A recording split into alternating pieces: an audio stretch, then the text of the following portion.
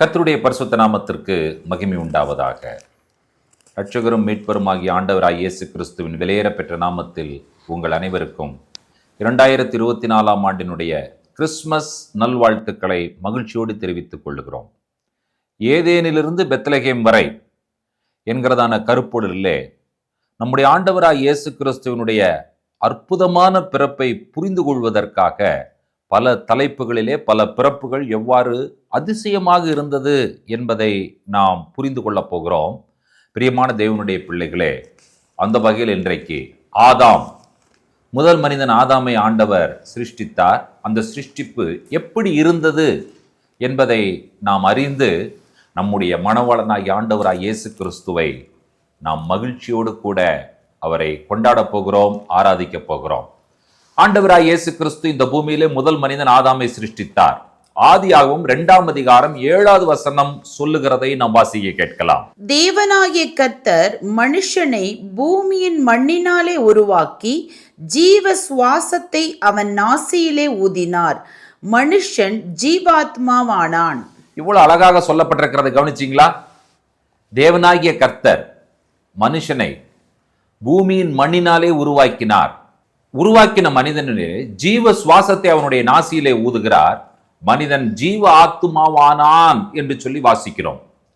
இது ஆங்கிலத்தில் வாசிக்கும் பொழுது God breathed his life into his nostrils என்று சொல்லி வாசிக்கிறோமே.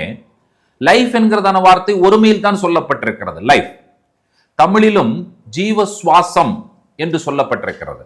ஆனால் எபிரேய வார்த்தையில் நீங்கள் போய் பார்த்தீர்கள் என்று சொன்னால் ஹயீம் என்று சொல்லி சொல்லப்பட்டிருக்கிறது. ஹை என்று சொன்னால் லைஃப், ஹயீம் என்று சொன்னால் பன்மை, ப்ளூரல். அப்ப ஜீவ சுவாசங்களை ஆதாமுக்குள்ளாக ஊதுகிறார் என்று சொல்லும் பொழுது என்ன ஜீவ சுவாசங்கள்? அதனுடைய பொருள் என்ன? அதனுடைய பொருள், ஆதாமை உண்டாக்கும் பொழுதே ஆண்டவர் எல்லா மனிதர்களையும் ஆண்டவர் உண்டாக்கி விட்டார்.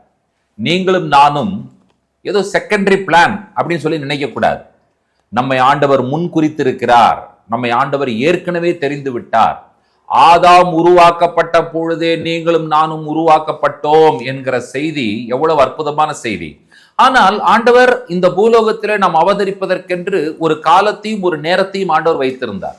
அதற்காக ஒரு பெற்றோரையும் ஆண்டவர் தயார்படுத்தினார். இந்த உலகத்தில் எந்த மனிதனும் தாயும் தகப்பனையும் தெரிந்து கொள்ளவில்லை. அவனுடைய பாலினம், செக்ஸ், ஆணாக பெண்ணாக பிறக்க வேண்டும் என்று நாம் விருப்பப்படவில்லை. அது ஆண்டவர் தெரிந்தெடுத்த செயல். அது மட்டுமல்ல, நம்முடைய டேட் ஆஃப் பர்த், நம்முடைய லொகேஷன், எதையாவது நம்ம செலக்ட் பண்ணோமா? எதுவுமே நம்ம செலக்ட் பண்ணலையே. ஆண்டவராகத்தானே தெரிந்தெடுத்தார். ஆண்டவர் நமக்கு பிறப்பை கொடுத்திருக்கிறார். நம்முடைய பிறப்பு ஆதாம் உருவாக்கப்பட்ட பொழுதே உருவாக்கப்பட்ட பிறப்பு என்பதை நீங்களும் நானும் அறிந்திருக்கிறோமா? அப்படி அறிந்திருப்போம் என்று சொன்னால் உண்மையாகவே உள்ளத்தின் ஆழத்திலிருந்து ஆண்டவரை நாம் மகிழ்ச்சியோடு துதிப்போம். இப்பொழுது ஆண்டவர் ஆதாமை உருவாக்கின பொழுது என்ன செய்தார்? ஜீவ சுவாசத்தை அவனுடைய நாசியிலே ஊதினார். நாம் என்ன புரிந்திருக்கிறோம்? The first contact between man and God was face to face. பனே எல் பனே என்று சொல்லி சொல்லுவார்கள். முகத்தோடு முகம். தேவனுடைய முகமும் மனிதனுடைய முகமும் நேருக்கு நேராக வந்தது. தேவன் அவருடைய மூச்சு காற்றை, அவருடைய சுவாசத்தை மனிதனிலே ஊதினார். மனிதன் ஜீவாத்மாவானான்.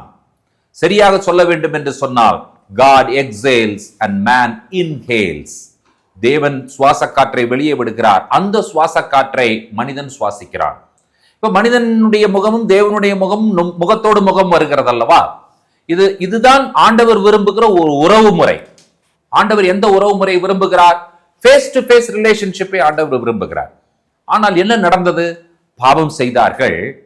பாவம் செய்தபடியினாலே தேவன் அவர்களை தேடி வந்த பொழுது முகத்தை காண்பிக்க வேண்டிய மனிதன் தன்னுடைய முதுகை காண்பிக்கிறான். Man insulted God by showing his back to God. தன்னுடைய முதுகை காண்பித்ததின் மூலமாக தேவனை மனிதன் அவமதித்து விட்டான். மனிதன் தேவனுக்கு முதுகை காண்பித்ததனுடைய காரியம் என்ன? எதனால் காண்பிக்கிறான்? பாவம். பாவம் செய்த அவனால் தேவனை முகத்தோடு முகம் பார்க்க முடியவில்லை. இப்போ ஆண்டவர் குமாரனை இந்த உலகத்திற்கு அனுப்பியதனுடைய நோக்கமே, he wants to restore the face to face relationship.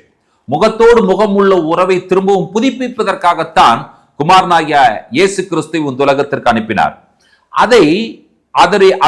அவரை அதாவது குமாரனா இயேசு கிறிஸ்து இந்த பூலோகத்திற்கு அனுப்புவதற்கு முன்பாக ஆண்டவர் தொடர்ச்சியாக பல விஷயங்களை ஆண்டவர் இந்த பூலோகத்தில் செய்து கொண்டே வருகிறார். இதன் விளைவாக கர்த்தர் என்ன செய்கிறார் என்று சொன்னால், இஸ்ரவேல் மக்களை எகிப்தின் அடிமைத்தனத்திலிருந்து வெளியே கொண்டு வருகிறார். அவர்களை சீனாய் மலையினுடைய அடிவாரத்திற்கு கொண்டு வந்து தம்முடைய உடன்படிக்கை அவர்களோடு ஏற்படுத்துகிறார். இப்போ உடன்படிக்கை என்று சொல்லும் பொழுது திருமணம் என்பதை நாம் அறிந்திருக்கிறோம். அந்த உடன்படிக்கையிலே கர்த்தர் சொல்ல வருகிற வார்த்தைகளை நீங்கள் வாசிப்பீர்கள் என்று சொன்னால், நம்ம எல்லாருக்கும் மிக பரிச்சயமான 10 கற்பனைகள். 10 கற்பனைகள் என்ன சொல்லுகிறது? நானே மெய்யான தேவன், அனோக்கி யெகோவா எலோஹிக்கா, ஐ ஆம் த லார்ட் யுவர் காட் என்று சொல்லப்படுகிறது. அதிலே ஒரு குறிப்பிட்ட வசனத்தை இன்றைக்கு உங்கள் முன்பாக நான் வைக்க விரும்புகிறேன். அது நமக்கு மிகவும் ஆச்சரியத்தை கொடுக்கக்கூடிய, பிரமிப்பை கொடுக்கக்கூடிய, இல்லாவிட்டால் நம்முடைய புரிந்து கொள்ளுதலை வேறு விதமாக எளிமையாக்கக்கூடிய ஒரு வார்த்தைகளை நீங்கள் இங்கே வாசிக்க போகிறீர்கள். யாத்திராகமம் 20ஆம் அதிகாரம் 3வது வசனத்தை வாசிக்க கேட்கலாம். என்னையன்றி உனக்கு வேறே தேவர்கள் உண்டாயிருக்க வேண்டாம். என்னையன்றி உனக்கு வேறே தேவர்கள் உண்டாயிருக்க வேண்டாம். ஆங்கிலத்தில் சொல்லும் பொழுது என்ன சொல்லப்பட்டிருக்கிறது? You shall have no other God besides me. என்னையன்றி உனக்கு வேற தேவர்கள் உண்டாயிருக்க வேண்டாம். இப்ப நீங்க இதை எபிரேயத்தில் நீங்கள் வாசியுங்கள். என்ன சொல்லப்பட்டிருக்கிறது என்பதை வாசியுங்கள். லோ இஹ்யக் லெக்கா எலோஹிம் ஹஹரீம் அல் பனே. என்ன வித்தியாசம் இருக்கிறது? எபிரேய மொழி தெரிந்திருந்தால் உங்களுக்கு என்ன வித்தியாசம் என்று புரிந்திருக்கும். இந்த இடத்துல பனே என்கிறதான வார்த்தை உபயோகப்படுத்தப்பட்டிருக்கிறது. பனே என்று சொன்னால் முகம், ஃபேஸ். இந்த ஃபேஸ் என்கிறதான வார்த்தை எந்த மொழியிலுமே போடப்படவில்லை. அது எனக்கு ஆச்சரியத்தை கொடுக்கிறது. ஏன் என்று எனக்கு புரியவில்லை. அப்போ இங்க என்ன வந்திருக்கணும் அப்படின்னு சொல்லி கேட்டீங்கன்னு சொன்னா, என்னுடைய முகத்தை தவிர வேறு ஒரு முகம் உனக்கு உண்டாயிருக்க வேண்டாம். You shall have no other face besides my face என்று சொல்லி சொல்லப்பட்டிருக்கிறது. நம்ம தமிழ்ல படிக்கும் பொழுது you shall have no other gods besides me என்று சொல்லி ஆங்கிலத்திலும், என்னை என்று உனக்கு வேற தேவர்கள் உண்டாயிருக்க வேண்டாம் என்று சொல்லி தமிழிலும் மொழிபெயர்க்கப்பட்டிருக்கிறது. ஆனால் நாம் புரிந்து கொள்வதற்கு இந்த வாக்கியம் நமக்கு மிக எளிமையாக சொல்லப்பட்டிருக்கிறது. கர்த்தர் இஸ்ரவேல் மக்களோடு உடன்படிக்கை ஏற்படுத்துகிறார். உடன்படிக்கை ஏற்படுத்தும் பொழுது கர்த்தர் சொல்லுகிற வார்த்தை, என்னுடைய முகத்தை தவிர வேறொரு முகம் உனக்கு உண்டாயிருக்க வேண்டாம். You shall have no other face besides my face. என்னை அன்றி, என்னுடைய முகத்தை அன்றி உனக்கு வேறொரு முகம் உண்டாயிருக்க கூடாது என்று சொல்லி ஆண்டவர் சொல்லுகிறாரே. கர்த்தர் என்ன விரும்புகிறார் என்று சொன்னால், உங்களோடும் என்னோடும் முகத்தோடு முகம் உறவு கொள்ள விரும்புகிறார்.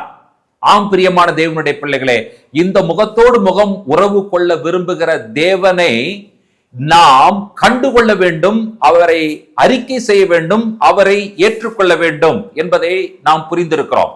ஆம், இப்போ இந்த முகத்தோடு முகம் உறவு கொள்ள விரும்புகிற இந்த செயலை நீங்கள் உன்னிப்பாய் நீங்கள் கவனிப்பீர்கள் என்று சொன்னால், கர்த்தர் எங்கெல்லாம் சில விஷயங்களை வைக்கிறாரோ அங்கெல்லாம் அவருடைய முகம் என்கிறதான வார்த்தை வருகிறது. பிரசன்னம் என்கிறதான தமிழ் வார்த்தை, அங்கே என்ன வருகிறது? பிரசன்ஸ் என்று ஆங்கில வார்த்தை. ஆனால் எபிரேயத்தில் போனீங்கன்னா ஃபேஸ் என்று வருகிறது. God's presence is nothing but the face of God. தேவனுடைய பிரசன்னம் என்று சொல்லுவது தேவனுடைய முகம் என்பதை நாம் அறிந்திருக்கிறோம். இப்போ உதாரணமா நீங்க ஆசரிப்பு கூடாரத்தை எடுத்துக்கொள்ளுங்கள். ஆசரிப்பு கூடாரத்தில் பிரகாரம் இருக்கிறது, பரிசுத்த ஸ்தலம் இருக்கிறது, மகா பரிசுத்த ஸ்தலம் இருக்கிறது. பிரகாரத்தில் காணப்படுகிற 2 பர்னிச்சர் என்னன்னு கேட்டீங்கன்னு சொன்னா, ஆல்டர் பலிபீடம், 2வது வெண்கல தொட்டி, தண்ணீர் வைத்து கழுவுகிற வெண்கல தொட்டி. இது பிரகாரத்திலே காணப்படுகிற விஷயங்கள். பரிசுத்த ஸ்தலத்திற்குள் போனீர்கள் என்று சொன்னால் அங்கே இருப்பது மெனோரா, அதாவது பொன் குத்து விளக்கு. 2வது சமூக தப்பம் வைக்கக்கூடிய மேஜை. 3வதாக தூபபீடம். பரிசுத்த ஸ்தல மகா பரிசுத்தலத்திற்குள் போனீர்கள் என்று சொன்னால் அங்கே உடன்படிக்கை பெட்டி. இப்ப நீங்க இன்னொன்று நன்றாய் கவனிக்க வேண்டும். இந்த பரிசுத்த ஸ்தலத்திற்குள்ளாக இந்த சமூக தப்பம் என்று சொல்லுகிறதே, அதை நீங்க கரெக்டா புரியணும்னு சொன்னா, அதற்கு பேர் ஃபேஸ் பிரெட், முகத்தின் அப்பம் என்றுதான் பொருள் என்பதை நீங்கள் மறந்துவிடக்கூடாது. லெஹம் பனீம் என்று சொல்லப்பட்டிருக்கிறது. தேவனுடைய முகத்தை தரிசிப்பதற்காக வைக்கப்பட்ட அப்பம் என்பதுதான் அதனுடைய பொருள். ஓகே, இன்னொரு விஷயத்தை நீங்கள் புரிந்து கொள்ளுங்கள். மோசே தேவனிடத்துல ஜெபம் பண்ணுகிறார். எப்பொழுது ஜெபம் பண்ணுகிறார்? மேலிருந்து கற்பலைகளை கொண்டு வருகிறார். கற்பலைகளை போட்டு அந்த பாவத்து நிமித்தமாக கோபத்திலே அந்த கற்பலைகளை உடைத்து விடுகிறார். அதற்கு பிறகு ஆண்டவரிடத்துல போய் யாத்திராகமம் 33ஆம் அதிகாரத்துல மன்றாடுகிறாரே. என்ன மன்றாடுகிறார்? Lord show me your way. தேவனே உம்முடைய வழி எனக்கு காண்பியும் என்று சொல்லி ஜெபிக்கிறாரே. அப்பொழுது பரத்திலிருந்து ஒரு பதில் வந்தது மோசேக்கு. பரத்திலிருந்து வந்த பதில் என்ன? என் சமூகம் உனக்கு முன்பாக செல்லும், நான் உனக்கு இளைப்பாறுதல் தருவேன். அந்த சமூகம் என்கிறதான வார்த்தையை தமிழ்ல போய் படிச்சு பாருங்க நீங்க. சா அதற்கப்புறம் முகம் என்று சொல்லிதான் வருகிறது. அந்த மூ என்கிறதான எழுத்து சுழித்து விடப்பட்டிருக்காது. அதனுடைய காரணம் என்ன? சமூகம் அல்ல, சமூகம் என்று சொல்லும் பொழுது அங்கே ஒரிஜினலா என்ன சொல்லப்பட்டிருக்கிறது என்று சொன்னால், என் முகம் உனக்கு முன்பாக செல்லும், my face will go before you and I will give you rest. யாருங்க ஃபேஸ்? அதாவது பிதாவாகிய தேவனுடைய முகம் யார் என்று சொல்லி கேட்டால், Jesus Christ is the face of God. இயேசு கிறிஸ்துவே பிதாவாகிய தேவனுடைய முகமாக இருக்கிறார் என்பதை நீங்களும் நானும் அறிந்திருக்க வேண்டும் பிரியமான தேவனுடைய பிள்ளைகளே. இந்த விழுந்து போன, முறிப்பட்ட, விடுபட்ட உறவை ஆண்டவர் எவ்வாறு புதுப்பிக்க விரும்புகிறார் என்று சொன்னால், அன்பின் நிமித்தமாகத்தான் ஆண்டவர் புதுப்பிக்க விரும்புகிறார். யோவான் 3ஆம் அதிகாரம் 16வது வசனம் நாம் எல்லாரும் அறிந்திருக்கிற வசனம். அந்த வசனத்தை நாம் வாசிக்க கேட்கலாம். தேவன் தம்முடைய ஒரே பேரான குமாரனை விசுவாசிக்கிறவன் எவனோ அவன் கெட்டு போகாமல் நித்திய ஜீவனை அடையும்படிக்கு அவரை தந்தருளி இவ்வளவாய் உலகத்தில் அன்பு கூர்ந்தார். அன்பு கூர்ந்தார். குமாரனை கொடுத்தது அன்பு என்று சொல்லி நாம் பார்க்கிறோம். அன்பு என்கிறதான வார்த்தை அகாவ் என்கிறதான வார்த்தையில சொல்லப்படுகிறதே. அகாவ் என்று சொல்லும் பொழுது அதை எபிரேயர்கள் ஒரு நாள் உச்சரிக்க மாட்டார்கள். மூச்சுக்காற்றை உள்ளே இழுத்து மூச்சுக்காற்றை வெளியே விடுவார்கள். தேவனுடைய அன்பு என்பது என்ன? அவருடைய மூச்சுக்காற்று. அவர் சுவாசத்தை வெளியே விடுகிறார், நாம் அவருடைய சுவாசத்தை சுவாசிக்கிறோம். அதுதான் தேவனுடைய அன்பு என்பதை நாம் புரிந்திருக்கிறோம் பிரியமான தேவனுடைய பிள்ளைகளே. இந்த தேவனுடைய அன்பை நாம் பெற்றுக்கொள்வதற்கு நாம் செய்ய வேண்டிய விஷயம், அவரோடு கூட முகத்தோடு முகம் தொடர்பு கொள்ள வேண்டும், முகத்தோடு முகம் உறவு வைக்க வேண்டும் என்று சொல்லி நாம் அறிந்திருக்கிறோம். இப்பொழுது இந்த அன்பு என்கிறதான வார்த்தையை நாம் புரிந்து கொள்வதற்கு இன்னொரு வசனத்தை நாம் வாசிக்க கேட்க போகிறோம். இந்த உலகத்திலே 2000 ஆண்டுகளுக்கு முன்பாக கிறிஸ்துவை இந்த உலகத்திற்கு அனுப்பினாரே, அந்த செயல், அந்த நிகழ்வை கிறிஸ்துமஸ் என்று சொல்லி நாம் கொண்டாடுகிறோமே, அந்த கிறிஸ்துமஸை நாம் எப்படி புரிந்து கொள்ள போகிறோம்? யோவான் 15ஆம் அதிகாரம் 12, 13, 14 வசனங்களை வாசிக்க கேட்கலாம். நான் உங்களில் அன்பாய் இருக்கிறது போல நீங்களும் ஒருவரில் ஒருவர் அன்பாய் இருக்க வேண்டும் என்பதே என்னுடைய கற்பனையாய் இருக்கிறது. ஒருவன் தன் சிநேகிதருக்காக தன் ஜீவனை கொடுக்கிற அன்பிலும் அதிகமான அன்பு ஒருவரிடத்திலும் இல்லை. நான் உங்களுக்கு கற்பிக்கிற யாவையும் நீங்கள் செய்வீர்களானால் என் சிநேகிதராய் இருப்பீர்கள். இந்த கிறிஸ்துமஸ்ல நாம் என்ன புரிந்து கொள்ளுகிறோம்? நாம் புரிந்து கொள்ள வேண்டிய விஷயம், அற்புதமாய் படைக்கப்பட்டவன் மனிதன். அவன் பாவம் செய்தபடியினால தன்னுடைய முதுகை ஆண்டவருக்கு காண்பித்தான். திரும்பவுமாக தம்முடைய குமாரனை அனுப்பினதின் மூலமாக, அன்பின் மூலமாக அந்த உறவை ஆண்டவர் புதுப்பிக்க விரும்புகிறார். நானும் நீங்களும் என்ன செய்ய வேண்டும் என்று சொல்லி ஆண்டவராய் இயேசு கிறிஸ்து நமக்கு சொல்லும் பொழுது, நான் உங்களில் அன்பாய் இருக்கிறது போல நீங்களும் ஒருவரில் ஒருவர் அன்பாய் இருக்க வேண்டும் என்பதே என்னுடைய கற்பனையாய் இருக்கிறது. கர்த்தர் சொல்லுகிற வார்த்தைகளை நாம் கவனமாய் கவனிக்க வேண்டும். கிறிஸ்துமஸை கொண்டாட ஆயத்தமாகி கொண்டிருக்கிறோம். மகிழ்ச்சி, சந்தோஷம், அது ஒரு பெரிய கொண்டாட்டம், ஆசீர்வாதம், நான் ஒத்துக்கொள்ளுகிறேன். ஆனால் அந்த கிறிஸ்துமஸ் கொண்டாட்டத்தில் நாம் செய்ய வேண்டிய விஷயம் என்ன? கிறிஸ்து பிறந்தார் என்பதை நாம் அறிந்திருக்கிறோமே, மற்றவர்கள் அறிந்து கொள்ள வேண்டாமா? அதற்கு இயேசுவினுடைய கற்பனைகளை நாம் கை கொள்ள வேண்டுமே. இயேசு என்ன சொல்லுகிறார்? நான் உங்களை நேசித்தேன், நான் உங்கள் பேரில் அன்பாய் இருந்தேன். அதே போல நீங்களும் என்ன செய்ய வேண்டும் என்று சொன்னால், ஒருவருக்கொருவர் அன்பாய் இருக்க வேண்டும் என்று சொல்லி ஆண்டவர் நமக்கு கற்றுக் கொடுக்கிறார். அதை கற்பனையாக ஆண்டவர் கொடுத்திருக்கிறார். இதுல இன்னொரு விஷயத்தை ஆண்டவர் சொல்றாரு பாருங்க. ஒருவன் தன் சிநேகிதனுக்காக தன் ஜீவனை கொடுக்கிற அன்பிலும் அதிகமான அன்பு ஒருவரிடத்திலும் இல்லை என்று சொல்லுகிறாரே. ஃப்ரெண்ட் என்கிறதான வார்த்தை நண்பன் அல்லது சிநேகிதன். அன்பு என்கிறதான வார்த்தை நீங்க நல்லா கவனிக்கணும். தமிழ்ல ரெண்டு வார்த்தை. சிநேகிதன் என்பது ஒரு வார்த்தை, அன்பு என்பது இன்னொரு வார்த்தை. ஆங்கிலத்தில் ஃப்ரெண்ட் என்று சொல்லுகிறார்கள், தமிழிலே அதே ஆங்கிலத்தில் ஃப்ரெண்ட் என்று சொல்லுகிறார்கள், அடுத்தது லவ் என்று சொல்லுகிறார்கள். 2 different words in English. 2 வித்தியாசமான வார்த்தைகள் தமிழிலே. ஆனால் மூல மொழியிலே ஃப்ரெண்ட் என்கிறதான வார்த்தைக்கும் லவ் என்கிறதான வார்த்தைக்கும் ஒரே வார்த்தை தான் அஹாவ். அப்ப சிநேகிதன் என்பவன் யார் என்று சொன்னால் ஜீவனை கொடுக்கிறவன் என்பதுதான் அதனுடைய பொருளாய் இருக்கிறது. இந்த கிறிஸ்துமஸ் நாளிலே நீங்களும் நானும் கற்றுக்கொள்ள வேண்டிய விஷயம் என்னவென்று சொன்னால், தேவன் என் மேல் அன்பு கூர்ந்தார், நான் என்ன செய்ய வேண்டும்? நானும் மற்றவர்களை நேசிக்க வேண்டும். எப்படி நேசிக்க வேண்டும்? தேவன் என்னை நேசித்தது போல நேசிக்க வேண்டும். தேவன் என்னை எப்படி நேசித்தார்? எப்பொழுது நேசித்தார்? நான் பாவியாயிருக்கும் பொழுது நேசித்தார், நான் கீழ்ப்படியாமல் இருக்கும் போது நேசித்தார், நான் முரட்டாட்டம் செய்யும் பொழுது என்னை நேசித்தார். நானும் என்ன செய்ய வேண்டும்? கீழ்ப்படியாமல் இருக்கிற மக்கள் மேலே, முரட்டாட்டம் செய்கிற மக்கள் மேலே, பாவம் செய்கிற மக்கள் மேலே என்னுடைய நேசத்தை நான் வெளிப்படும் பொழுது மட்டும்தான், எப்படி இயேசுநாதர் நம்மை சுதந்திரித்துக் கொண்டாரோ அதை போல நாமும் ஆத்துமாக்களை நேசருக்காக, இயேசுவுக்காக சுதந்திரிக்க முடியும் என்பதை நாம் அறிந்தவர்களாய், ஆதாமினுடைய பிறப்பு அற்புதமாய் இருந்தது. ஆதாமினுடைய பிறப்பு மட்டுமல்ல, நம் ஒவ்வொருவனுடைய பிறப்பும் அற்புதமான பிறப்பாய் இருந்தது. அந்த பிறப்பை நாம் எங்கே புரிந்து கொள்கிறோம், எப்படி புரிந்து கொள்கிறோம் என்று சொன்னால், ஏதேன் தோட்டத்திலே பிறந்த ஆதாமினுடைய பிறப்பு அற்புதமான பிறப்பு என்பதை பெத்லகேமிலே நம்முடைய மணவாளனாய் இயேசு கிறிஸ்துவினுடைய பிறப்பின் மூலமாக புரிந்து கொள்கிறோம்.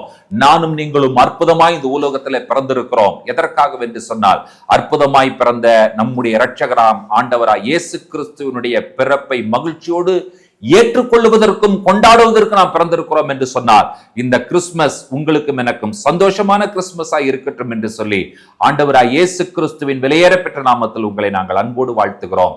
கர்த்தர் நம் ஒவ்வொருவரையும் நிறைவாய் ஆசீர்வதிப்பாராக. ஆமென். கண்களை மூடி நாம் ஜெபிப்போம். இரக்கத்தில் ஐஸ்வர்யம் உள்ள எங்கள் அன்பின் ஆண்டவரே, ஆதாமை நீர் உருவாக்கின மகத்துவமான காரியங்களை நாங்கள் தியானித்தோம்.